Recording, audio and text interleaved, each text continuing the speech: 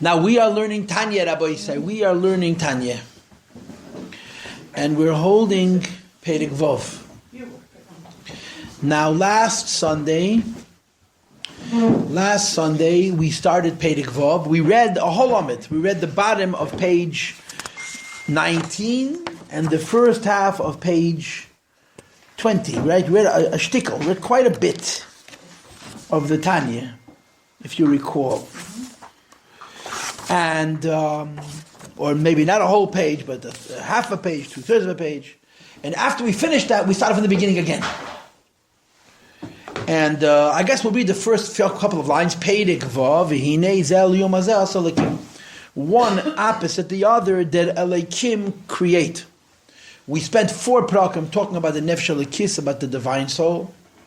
So you have to say that you have the equal and opposite when it comes to the animals. Or Perek Vav, the beginning of Perek Vav. Ki k'mei she'nefesh Elokis klulu mi'esas sfiras kadeshes. Just like the godly soul has a particular design of 10 sfiras, u'mislabeshes b'shleisha levushim kadeshim. Says the Rebbe, kach hanefesh de sitra achra. The same is true, the nefesh of klipa, that it has the same design. So we started learning this last week, and we had a whole shmuz. What was our shmuz? Our shmuz was about etzem, right? The neshama, the Yiddish neshama has a yachida, a pintel yid, a point, which in Tanya is called a chelik lekami mal mamish, a piece of a lekami mal, a piece of Hashem mamish. Mimal, the shaila becomes, what about the nefesh habamis? Does the animal soul have an essence or not? And I discussed with you that there are 2 different approaches to understanding whether the nefesh habamis has an essence. One approach was that the essence of the nefesh habamis is godliness. Or to say it alternatively, the animal soul has no essence. Because the essence of the animal soul is not an animal. The essence of the animal soul is a mensch. The essence of the animal soul is connected to Hashem. So the way the animal soul retains or sustains its animal soulism is by covering over its essence. In order for the animal soul to be an animal soul, it has to cover over its essence. That was one approach. The other approach I gave you was based on a pasuk, Mekfidim Yechidasi, that there's something called the Yechida of Kfira, of Klipa. And basically this is Reishes Goyim Amalek V'Acharisei Adei Yovid. Right, at the beginning of every goy, the beginning of every klipa is Amalek. Amalek itself has to be destroyed. Other klippers are redeemable. Other klippers have redeeming facets, redeeming aspects. But the Amalek has to be destroyed. In other words, the second version of this question of does the Nefesh HaBahamis have an essence? The answer is it has an essence. And the essence of the Nefesh HaBahamis is Amalek. And what's Amalek? A chutzpahnik. Amalek is such a big chutzpahnik, Amalek is such a big agitator, Amalek is such a big contrarian, that he fights a war that he cannot win. He fights war that he's certainly going to lose, simply because he cannot tolerate Kedusha. He cannot tolerate order, he cannot tolerate Kedusha, he cannot tolerate Shalom, because he just can't take it. The Eibishter created a Ra, an evil, which has no pretense. It doesn't try to make believe that it's being evil because he's nice, or he's being evil because he's being principled. It's evil nevertheless. But at least try to give yourself a pretty face. Try to justify your evil actions with some kind of an excuse. Like it says in Chassidus, you have Amoidi, you have 7 nations, Amoidi, Prizi, Vuzi, Goshi, Chiti, and so on. Each one of these 7 nations are the tight, right? Amoidi, the guy you can't feel talking. Prizi, spreading everybody all over the place. There's all kinds of different klippos that all are not good, but at least they try to look good. You understand? They try to come up with a pretense, with a cover, with a face that makes them appear good. Amalek doesn't try. Amalek is raw chutzpah. What's the Lashon? Chutzpah b'li taga. Chutzpah without a crown. He's just anti what's good for no reason other than the fact that he can't tolerate it. So the pasuk says, "Reishes goyim Amalek." The pnimis of every goy, of every klipa is Amalek, and Acharisi David. Amalek has to be destroyed. You can't fix somebody who doesn't have anything fixable. There's nothing good about him. Mashenkin, all other klipas. Even though the Reish is Goyim, the truth of all Klippas is Amalek, but the Levush, the pretense, the way they try to look Kedusha, is redeemable, and it must be redeemed. This is briefly the last Shir. So, to repeat again, we're learning Tanya Perek Vov, and we're beginning to talk about the Nefesh HaBamis, and the foundation of the conversation is Zeli Yom Hazeh. Everything that exists in Kedusha exists in Yom Hazeh. Now, in the previous discussions, when we talk about the Nefesh Elokis, we talked about a bunch of things. We talked about the essence of the Nefesh Elokis, we talked about the character of the Nefesh Elokis, we talked about the expression of the Nefesh Elokis, and we talked about the activities of the Nefesh Elokis, what Nefesh Elokis does. So if we're now going to be doing Nefesh HaBahamis, Vav, Zayin, Ches, 6, 7, 8 are going to parallel 2, 3, 4, and 5. So you would imagine that the Alter Rebbe is going to present everything he presented about the Nefesh Elokis, he's going to present the equal Nabas and Nefesh HaBahamis. But it doesn't exactly work that way. Equal time is not exactly equal, you understand? He brings the other side of the coin, but the Alter Rebbe focuses on it in a very, very different way. For starters, he makes no mention whatsoever of the etzem of the Nefesh HaBahamis. The question which dominated last week's class, Alter Rebbe doesn't even touch on. Does the animal soul have an essence? And the reason you're asking the question is based on the fact that the godly soul does. What is the essence of the godly soul? Tanya Perek Beis, chapter 2, that the neshama is a chelik elokah mimal.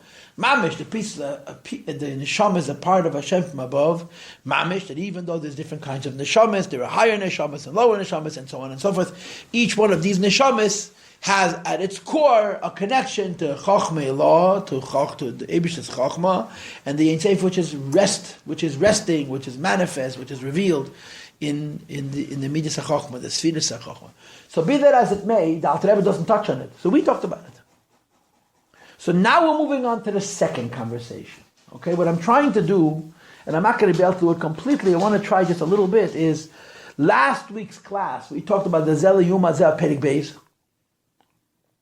chapter 2, close. The Perek Beis and Tanya talked about the essence of the godly soul. The Alter Rebbe does not discuss Nefesh HaBahamis at all, so I discussed with you, of course I didn't make it up, because the way it's written in Chassidus. The next discussion about the Nefesh Elokis is Perek Gimel. It talks about the 10 faculties. Chochma, Bina, Das, Chesed, Gevurah, Tiferes, Netzach, Chesed, Yesod, and Malchus. Just like you have these faculties, and in the Neshama, you have these faculties of the Neshama HaBahamis, of the animal soul. And this the Alter Rebbe does touch on. Okay, so let's read it from the beginning. Perek Vav, Hine.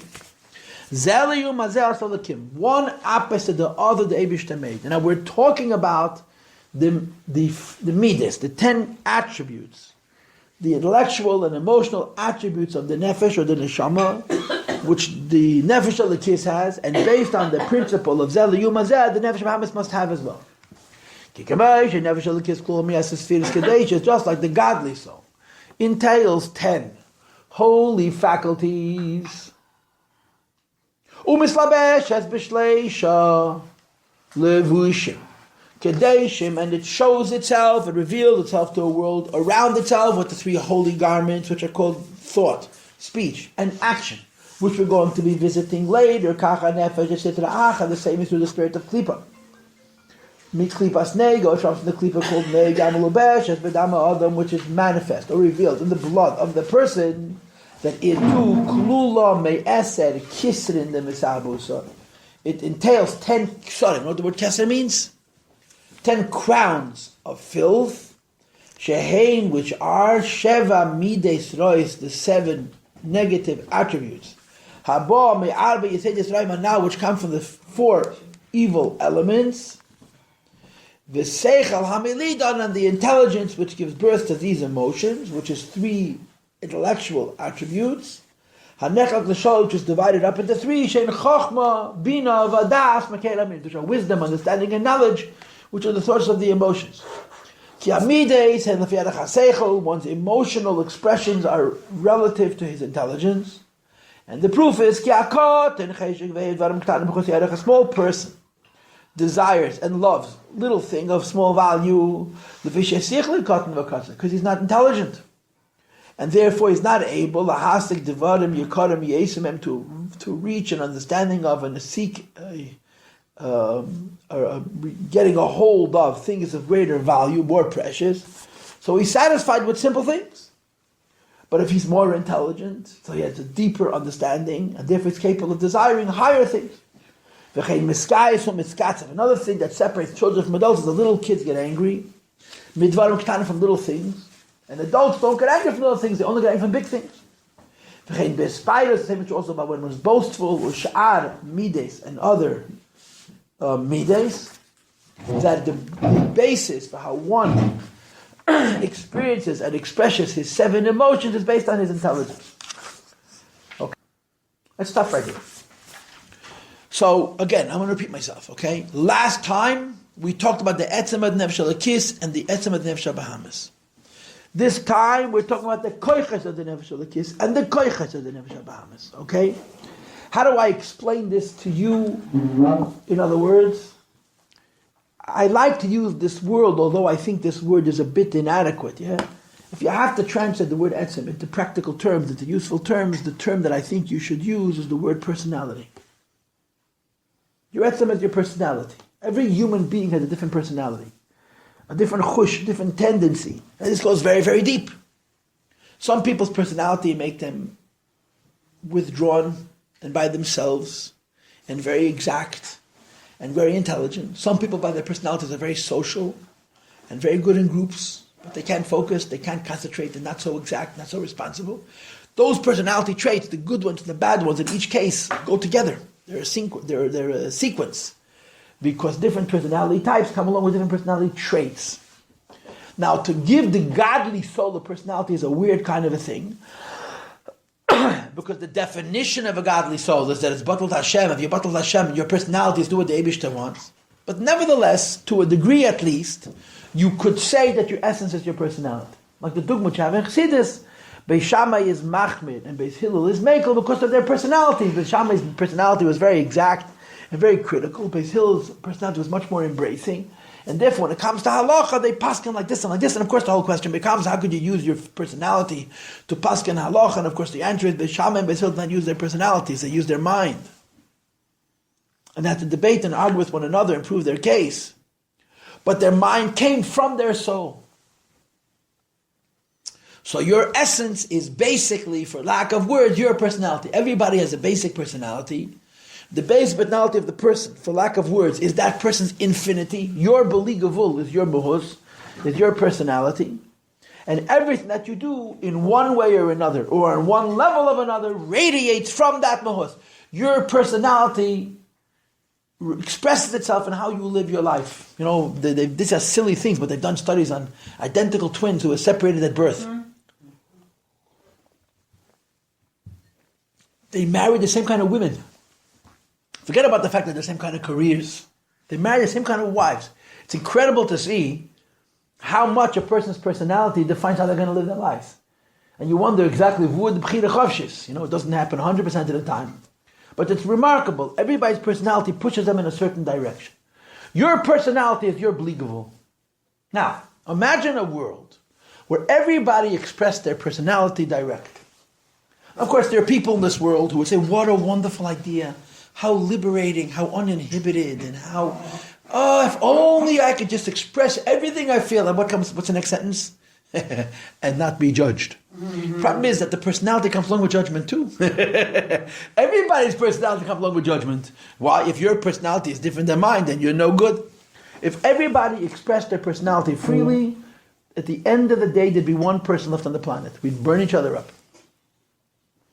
Because the personality of a person is a bligvul. Your personality is not able to compromise. Your personality is not able to say, okay, there's room for me and for you, even though we have different personalities. Because the personality is raw. It's neshama. It's ain't safe. So even the neshama of the godly soul, its personality is so strong, like the example from Loi Nagu Kavod Zeh Bazeh, the biggest Hasidim, when they let their personality show, they can't tolerate somebody with a different personality, and they blame it on religion. You don't know how to do Avos Yisrael because you're doing Avos Yisrael different than I, and I know best because I'm a Talmud of Rabbi Akiva. The fact that you're a Talmud of Akiva, hey, you don't understand. So you cannot express your personality the way it is in its raw form, even if it's from the godly soul, because it's simply infinite. So the Eibishter masks the personality, puts layers on it. And the masks of the personality are called koiches, tools.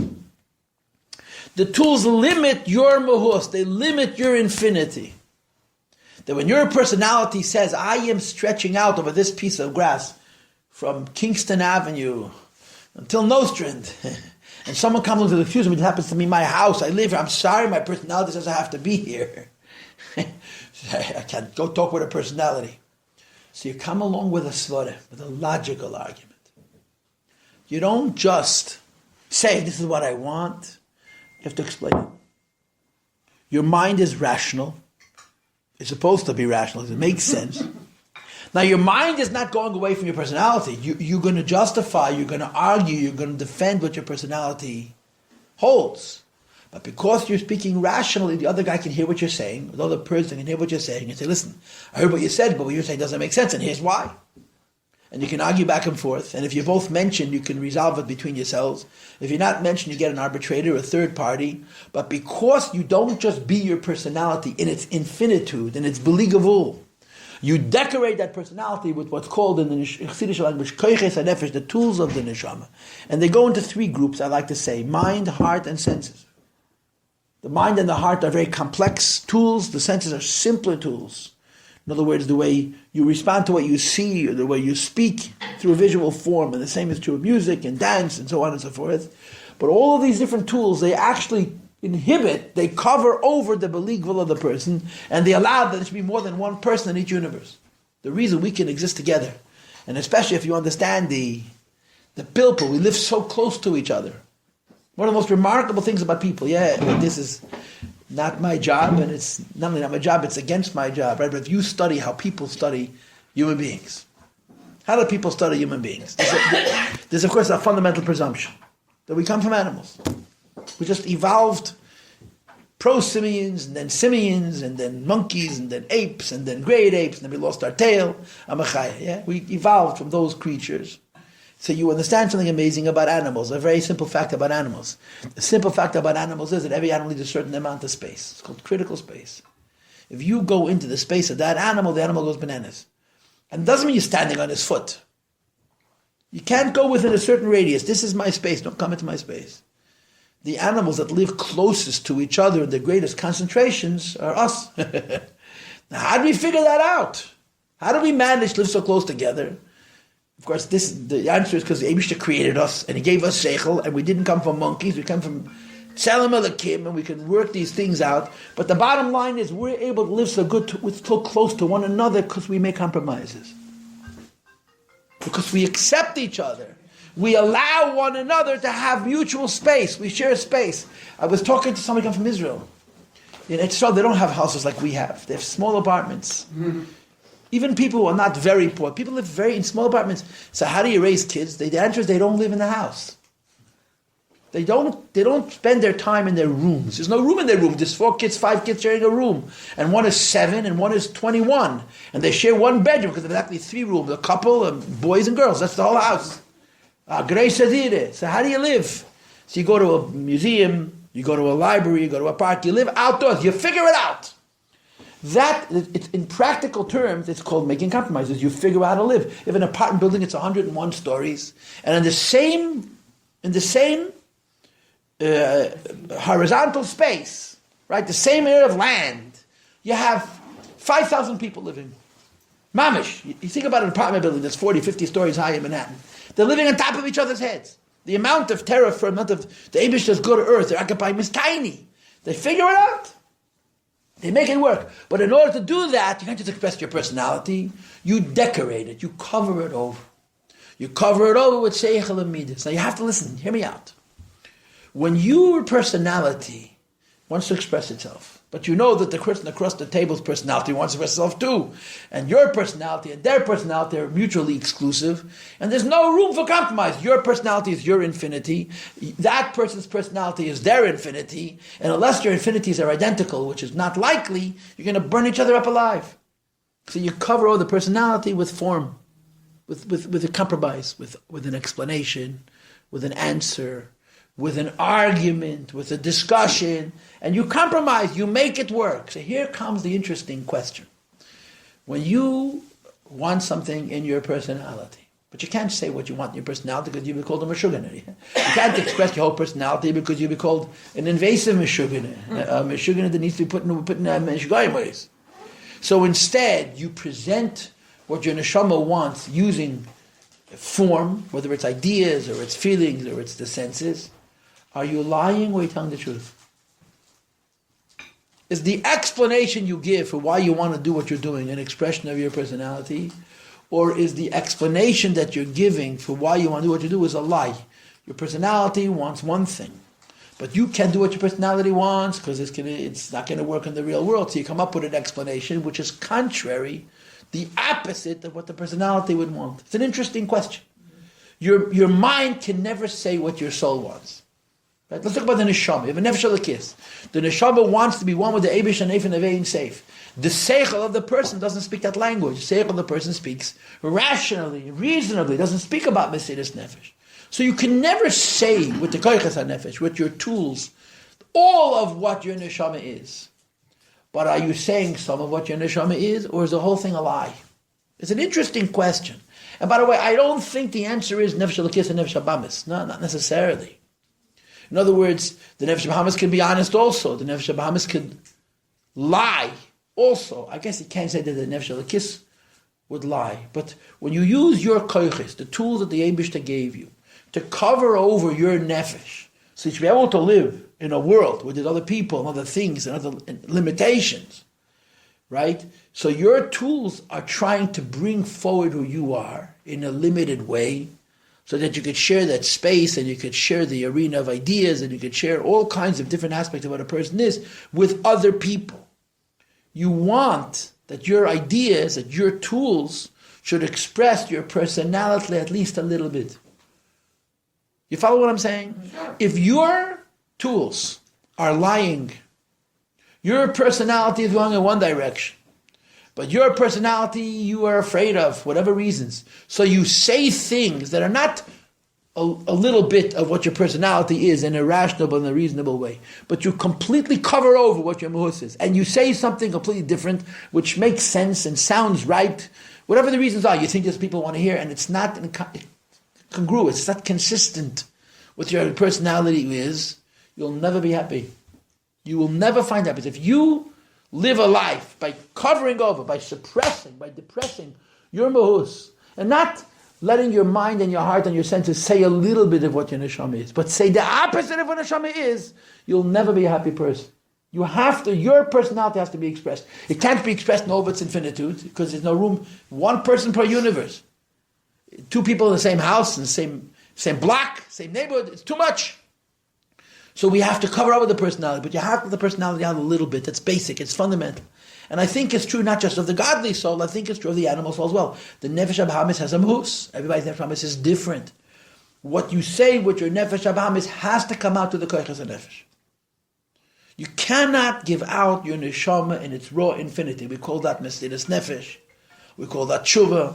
Those are extreme expressions that come out under extreme conditions, and it cannot be functional, it can't be realistic, it can't be used on a normal, in a regular basis, on a normal basis.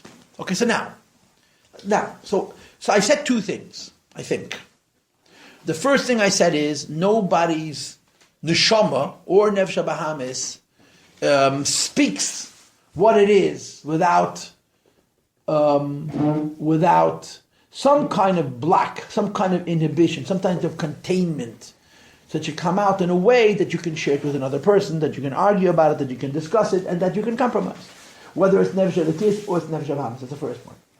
The second point is, if a person isn't honest, and a person uses arguments and expresses emotions that are against their nature, for whatever reason, but they don't let what their nature is come out in this limited way through the koiches hanefesh, they're going to be a miserable person. They're never going to be happy. It's really true. They're never going to be happy. No way. Okay, I think we can agree to all of that, yeah? So let's move on. So now we have a nefesh elokis and nefesh habahamis.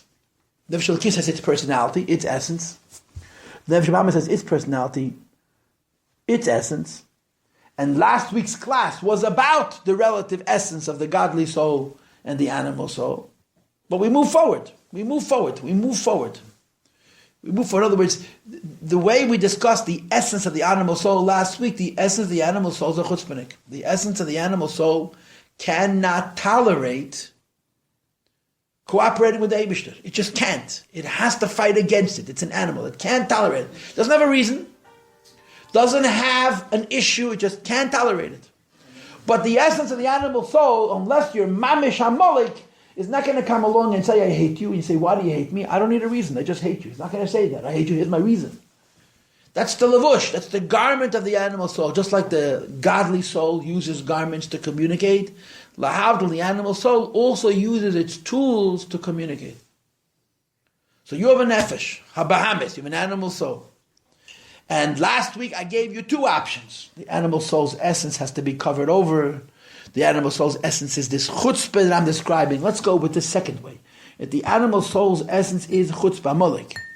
Most goyim, most animals, and I mean goyim, the Rebbe always said, "Hagoya asher bekirbecha," we have a goy inside of ourselves, doesn't come along and say, I hate you, and I don't have a reason. You come along with a pretense, with a cover, with a story, and you try to make the story look good. I'm such a nice person, I love everybody, my problem is with you, because you're not as nice and as loving as I am. Whatever the particular example that you want to use. But the Nefesh HaBahamis uses koiches with Nefesh HaLakis does. Nefesh HaLakis uses its koiches to communicate what the godly essence wants in a way that you can share it with another, mind, heart, senses. But Nefesh HaLakis tells the truth. What the godly soul's essence is comes out at least in part in the mind and the heart and the senses of the godly soul. Nefesh HaBahamis, it should be that the koiches ha-nefesh, the chusha ha-nefesh, the faculties of the neshama, of the nefesh ha-bahamis should express what is the essence of the nefesh ha-bahamis in a partial way. So the Alter Rebbe makes a very, very interesting assertion. And the assertion goes like this. Okay, now, in as much as everybody agrees with what we said until now, and by the way, I thank you very much for agreeing with what I'm saying, okay? In as much as we're all on the same page as far as what we said until now, and what we said until now is, your tools cover over your believable, cover over your personal, cover your infinity. Try to express them in part, a little bit, and tries to express them in part, a little bit, in such a way that they can live in the world with others, right? That's what we're saying, basically. So the Nefesh HaLakis has a set of tools, and Nefesh HaBahamis has a set of tools. But the way the tools operate is distinctive. Okay, and here's how. First, I'm going to tell it to you by heart, then I'm going to show it to you again in the words. The godly soul's tools cover over and express. They do both things. They hide and bring forward. They hide the infinity and bring forward the finitude of the personality of the godly soul in the order of mind and heart. Seichel and midas.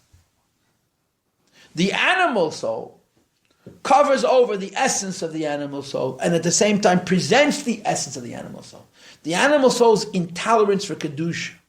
The animal soul's basic intolerance for the idea of humility. That's probably the biggest thing, the best way to say it. He can't take the idea that I have to be humble before God. That the greatest thing about me is not me but God. The animal soul can't take that. But he can't come along and say, I hate you. That's Amalek. There's only one nation of Amalek. He's Knani, Chiti, Amoiri, Prisi, Yevusi, Girgoshi.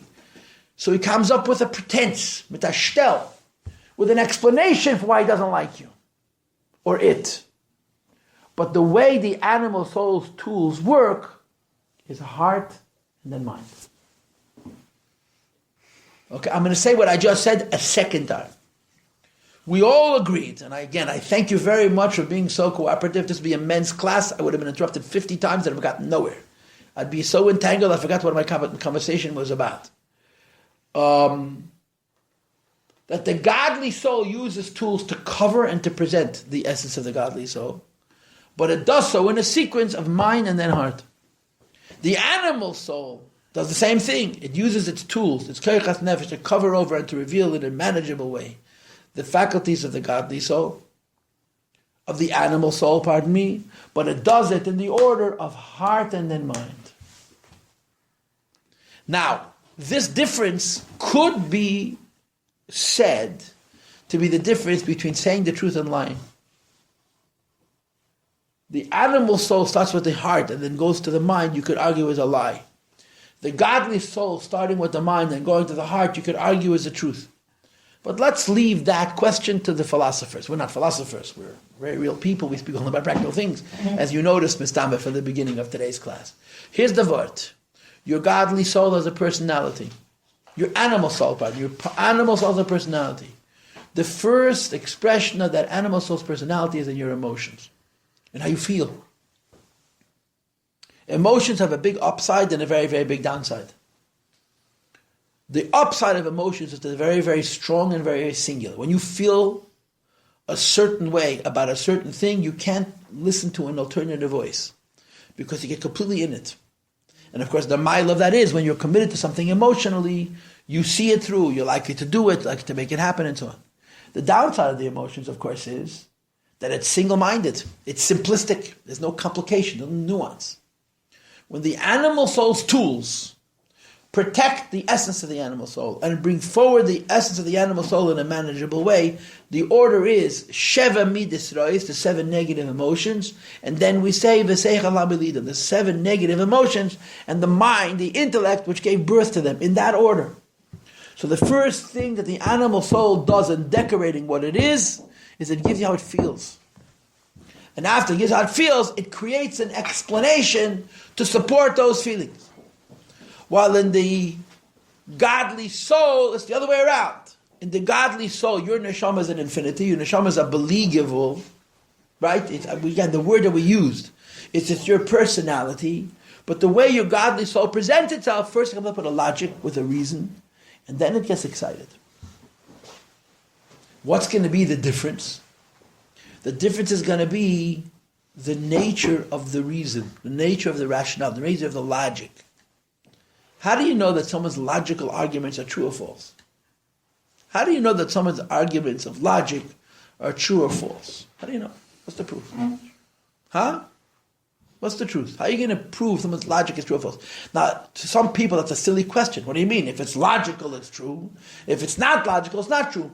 But some of us who are past the age of 13 already have figured out that you can rationalize almost anything. You can logicalize, you can prove that it makes sense, the most irrational things. I had a girl, student, going back almost 30 years when I was young, when I first got married, my first years of Machana, who did a doctoral thesis in philosophy, I think, to understand the Nazis. Jewish kid, Jewish father, Jewish mother. It was so important. It had to make sense. There had to be an explanation. And she found it. Smart enough, man. Smart enough to explain the most irrational act in the history of the world. That's the nature of the brain. If you let it be led by the heart. So when you ask the question, how does one know whether they're using their mind rationally or not using their mind rationally? Part of the answer to that question is that your heart is off. Because if your heart is on, there's no way you could use your mind outside the parameters of what your heart's already established. But now it gets tricky. What's the difference between your heart and your personality? Your heart is a bias, your personality is a bias, right? So this bias is going to lead your mind in a certain direction. This bias is going to lead your mind in a certain direction. How come we say that if you let your heart run ahead of your brain can't think objectively? But if you let your brain go before your heart, but the brain is also following the personality, somehow that's going to be able to be rational. And I'm not sure what the answer to that question is, but part of the answer to that question is because your personality is infinite. Your personality is not limited. Your personality, even though it has a tendency, although it has a leaning, is not inhibiting. Your personality is believable. In other words, your personality is your subconscious. Your emotions are your consciousness. When you're excited about something, you can't think differently than that excitement. When you have a baseline personality, and your personality is in your nefesh, it's in your neshama, it's concealed and it's covered over, it's still possible for you to use your mind in a rational way. The personality is going to be the ultimate source of that rationale, but it's not going to take away the objectivity and the honesty of the rational mind. I'm not sure that makes sense, but I think it's true. I think this is true. In other words, going back to the example of Beis Hillel and Beis Shammai, it says in Chassidus that Beis Hillel and Beis Shammai argued based on their personality. Beis Hillel said muter because his personality is chesed. Beis Shammai said aser because personality is gevura. But we consider that an objective psak. Why? Because Beis Shammai's personality for gevura was not a conscious emotion. He didn't feel judgment. If you feel judgment, your mind can't think rationally. It was the subconscious, the pneumius. So we used his rational mind to understand things. His subconscious, his neshama was really behind it, but the subconscious was behind it in the kind of way that consciously he was making a rational decision. Or to say it differently, when Beis Shammai meets Beis Hillel, and they argue, and this is how you have to understand how this works. Beis Shammai meets Beis Hillel. Beis Shammai is paskening l'chumrah because the tendency is gevura. Beis Hillel is paskening l'kula because the tendency is chesed. But they can argue. They can argue. Beis Shammai can listen to Beis Hillel. Beis Hillel can listen to Beis Shammai because the personality which is behind it is not interfering. But when your emotions, when your excitement fills your conscious space, your brain cannot rationally approach it. The heart takes over the mind. I'm going to say again what I said, and maybe this is a little bit too involved. Your personality leans you in a certain direction, but it doesn't take away the ability of the brain to think clearly. Your emotions lean in a certain direction, but they steal from you the ability to think in any other way because you're excited. So the Alter Rebbe says, Paltiel, could you just define personality again? Personality is the character of your essence. I don't know how else to say it. Every human being is built with certain basic character traits, which are the neshama. Those personality traits are what David made you to be. They're the deepest. No. Your etzem, your keiches hanefesh are your tools. Your etzem. If a person was created with a muhus of chesed, we're not talking about chesed as a koyach. We're talking about the pnimius haneshama. He has an atiyah towards chesed. That's his personality. That's his etzem. Another person has an atiyah towards gevura. So the way this would play out, as Chassidus describes it, if you have a tendency towards chesed, you will be easier to like and be liked. You will be much more generous, but you have a much harder time sitting down and learning a sefer. If you have, and by the way, you'll also be irresponsible. You won't be very precise with how you handle money and how you separate what's yours from other people's. It's a cholent of characters, good and bad. If you have a gevura characteristic, you're not going to like people as easily. You're not going to be liked as well. You're going to be very precise and very exact. You're not going to take a dime from somebody else, but you won't let somebody else take a dime from you either. And you'll be a big masmid. Those are personality types as they express themselves in the person's life. It's a mix of good and bad. Every personality is a mix of good and bad.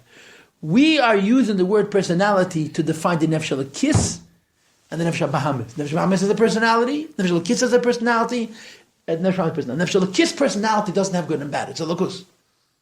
Nefesh habahamis personality is the personality of a behemoth. So this gets involved. But the point is that your nefesh habahamis personality is an essence. It's an infinity. It's a behemoth. But it's an urgency, it's a want, it's a leaning, doesn't have any limits. So if we allow the personality of our behemoth to emerge, we'd burn up the whole world. There'd be only room for one of us. So we don't do that. We talk with words and ideas. We use our rational minds.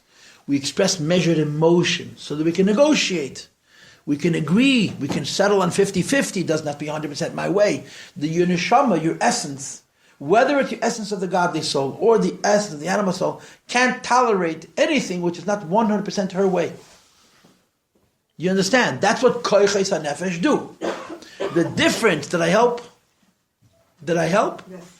Okay. The difference between how the tools of the nefesh elokis cover and present the essence of the nefesh elokis, and how the tools of the nefesh habahamis cover and present the essence of the nefesh habahamis is that the animal soul's tools go in the order of heart and then mind. The godly soul's tools go in the order of mind and then heart. In other words, if I needed to put this into words, I would say it this way. Whatever your personality is and your nefesh habahamis, your emotions are going to express. and if your personality and nefesh bahamis can be expressed by your emotions, your brain will not be able to think outside that box. Impossible. When your godly soul expresses its muhus, its personality, even though the personality is being expressed in the mind and in the heart, but because it's coming first to the mind and then to the heart, there's a cold rational dimension of expression of what the neshama is that allows for the neshama to have honesty, that allows for the neshama to be able to hear another side in an objective way rather than in a subjective way. The simple mashal, the old story, you go to a shooting range. You've heard this example 1,000 times. You go to a shooting range and people are standing there, they're 100 paces, 200 paces, 300 paces away from a target, and they're shooting arrows or bullets or whatever they're shooting at the target. And everybody has a certain degree of accuracy. One guy, has it in the same state. One guy has it in the same city. One guy has it in the same zip code. One guy has it in the same block. And one guy actually hit the piece of paper, yeah? And one person, every single arrow is right in the center of the target. And you say, why did you become such a marksman? He says, it's very, very simple. I shoot the arrow, I make the circle around it. So I'm always on target. Why? Because wherever the arrow lands, that's exactly where it's supposed to land. Look, I made a circle. You understand? So this is the difference.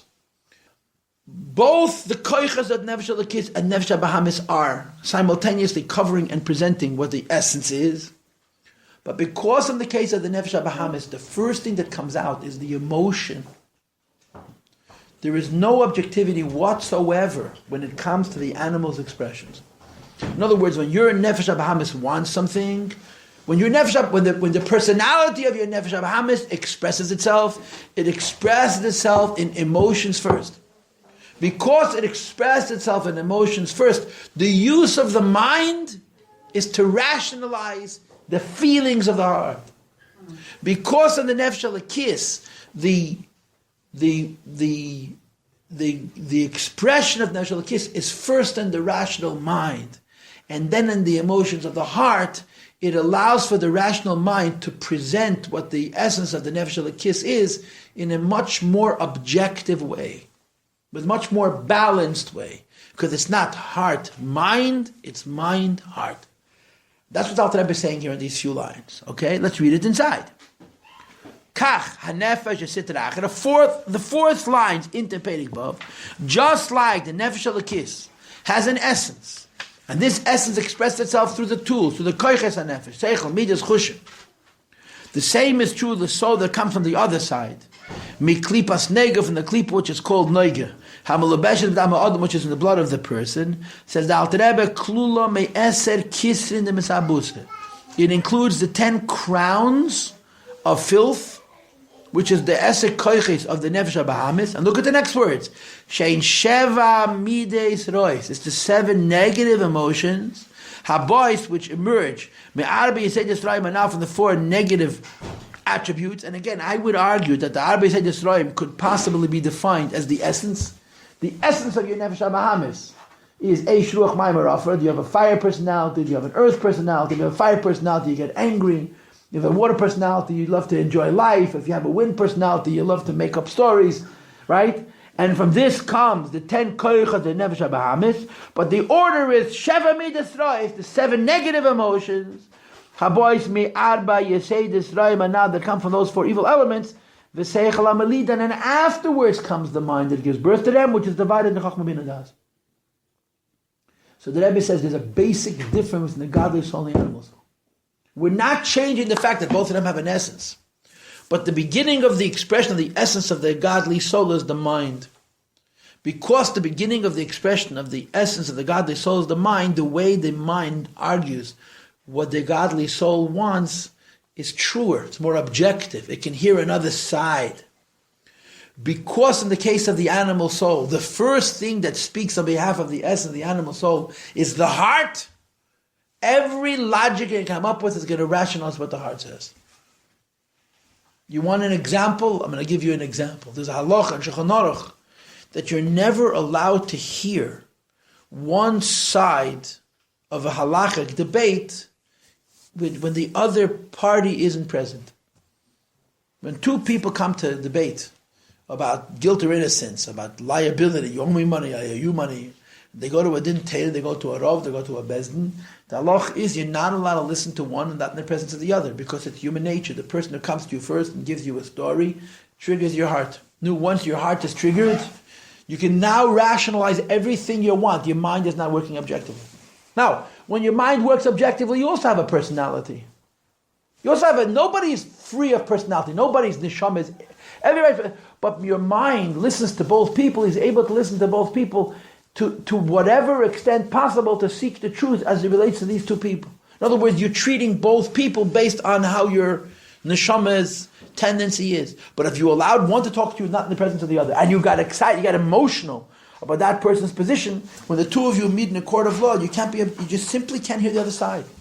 The Rebbe spoke once, more than once, many times, about the halacha that the Torah says, "Hashechet ya'aver chachomim v'yisala divrei tzadikim." A person takes a bribe. Why is he taking a bribe? So usually a person takes a bribe because the briber wants the bribee to paskin shalei mitas shel. He should paskin it. But you come to a judge, I'm giving you a bribe. All I want you to do is paskin the truth. Don't be favorably disposed towards me. I'm giving you money, but I want you to paskin the emes as it is. Torah says it's impossible. You took money, it blinds you. Shechet ya'aver, it makes you blind. And the yisalif means it makes you lie, it makes you dishonest. The nature of taking a bribe is that even if you've decided that you're going to be objective and you're going to be honest, you can't be. Why? Because the bribe touched your heart. Once your heart is involved, there's no way for your rational mind to be objective and rational. There's a wonderful story which I heard it from my Shver Alav Shalom. It's a gewaldige Maise that the Rabbi Yankov Emden, the Yavitz, had a big machlekes with Rabbi Yenis Nebishitz. It's one of the famous machlekes in Europe times about Shem. They lived in the same city, someplace in Germany, and Rabbi Yankov Emden suspected Rabbi Yenis and Ebishitz of being a member of the Kat. No, forget. Yeah, Rabbi Yankov Emden suspected Rabbi Yenis and Ebishitz of being a member of the Kat, of the cult of Shabtai Tzvi. He tormented him. There's no English word that can adequately articulate how abusive redifa means. He harassed him. He made his life miserable. But it went only one way, because Rabbi Yenis Nebishitz didn't give it back. Rabbi Yenis Nebishitz knew that Rabbi Yankov was a God will be Yisrael. He knew that he was making a mistake in this case. So one was accusing the other of being an apikatus, but the second did not accuse the first of being an apikatus. So it was a one-way fight. And at the Mahir, both the city was divided, and the people of Yankov Emden's side were doing terrible things to the people on the other side. But it wasn't fighting back and forth. The end of the story was that the Vad Abba Ratzos got involved. They used to have in those days a commission of Gedei Yisrael from 4 countries who came and listened to both sides, and then they came to Rabbi Yankov Emden. They told him, you should know that the Rabbi Nebishitz is a tzaddik, and he's a God will be Yisrael, and he's not an apikatus, and you got to stop. So the machlekes actually stopped. Could you imagine? It actually stopped. The combatants were still alive, their children were still alive, their grandchildren had not yet been born, and they already stopped fighting. So when it was all over, they came to Rabbi Yankov Emden. Can you imagine being a God will be Yisrael and going to war against another God will be Yisrael, and then one day saying, I made a mistake, finished. So they came to Rabbi Yankov to the Yavitz, and they asked him, was his machlekes with Rabbi Yenis Nebishitz l'shem shamayim or not? Was the war that he fought against his contemporary, against his competition, against the opponent for the sake of heaven or not? So you know what his answer was? It started l'shem shamayim. But once it starts, I have no idea. Once I got it, once I committed, after that, ich weiß nicht. So it can start l'shem shamayim only if your mind comes before your heart. But if your heart comes before your mind, it didn't stand a chance. And the Alter Rebbe says this is the difference in Nefesh Elokis and Nefesh Habamis. Notwithstanding Nefesh Elokis has its personality, and the Nefesh Habamis has its personality. But if the Seder is first mind and then heart, so you're presenting the truth of the Neshama in a more honest way. Masha'inken the Nefesh Habamis, the Seder, the way you bring forward the essence of the animal soul, whatever that is first heart and then mind. If you get emotional first, there's no way you can be rational once the emotions have been turned on. You follow? This is what people do today. They try to touch your heart. Anytime you have an argument, you don't talk to the mind of the person, you talk to the heart of the person. You get the person excited. You simplify things. You black and white things when there's no such thing as black and white. Everything's shaded of gray. And then everything becomes simple. There's good people and bad people. This camp and this camp. And we can't talk to each other because they're bad. And we're good. We have no common ground. When everybody knows there's no such thing as good, there's no such thing as bad, everybody's a child, everybody's a mix. But when you talk to the heart, it becomes very, very simple. So the Alter Rebbe says, in conjunction to last week's conversation, that the Nefesh HaBahamis either doesn't or does have an essence. I gave you two versions of the story. But according to the version that the animal soul has an essence, its essence is chutzpah. It cannot tolerate God. It cannot tolerate humility. It cannot tolerate righteousness. But then the animal soul speaks. The animal soul doesn't speak in its raw, unadulterated, infinite form. If the animal speaks in its raw, unadulterated, infinite form, we call that Amalek. But instead, the animal soul decorates it. It doesn't come along and say, I'm Amalek, I hate you. I have a rationalization, and I have a philosophy, and you have a way of life, and have a school of thought. It's still emes that today is going Amalek. The beginning is always the essence, but the essence has been decorated by a form where you can think you can talk. But because by the animal soul, the heart is turned on before the mind, once the heart is turned on, the mind can do nothing but follow the heart. You can make sense out of anything. As much as people like to say that logic is true, it's a lie. There's no such thing as true logic. There's only thing as true people.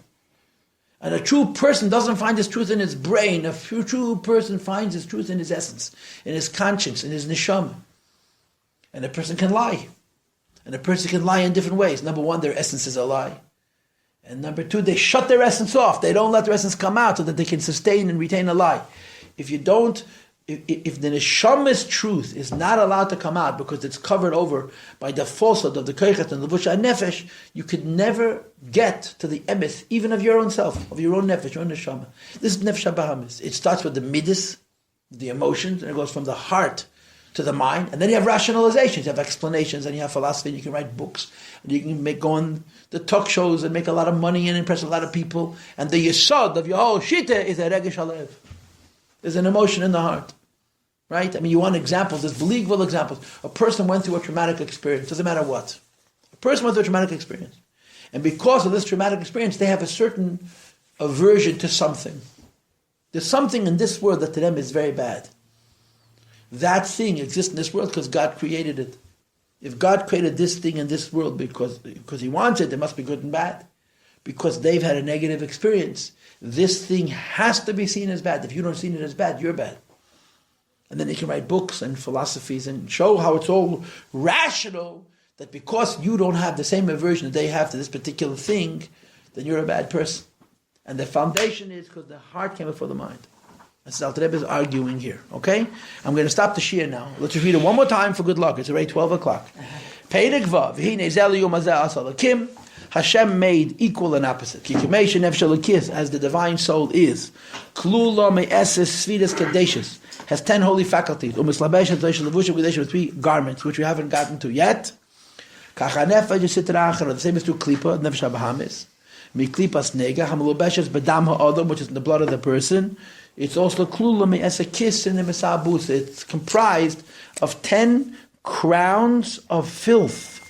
But look at the next words. Shein sheva midesrois. It's saying in negative emotions. Habo me arba yesei yisrael manal v'seichel hamilida. And the intelligence which gives birth to them. But you see, by the Alter Rebbe putting the heart before the mind, the Alter Rebbe is explaining to you what's the basic problem with the animal soul. I should say the real problem with the animal soul. The basic problem with the animal soul is that it's klipa. The actual problem with the animal soul is because you turn on your heart before you turn on your mind is useless. There's no credibility to the mind. And we'll continue with Hashem next Sunday.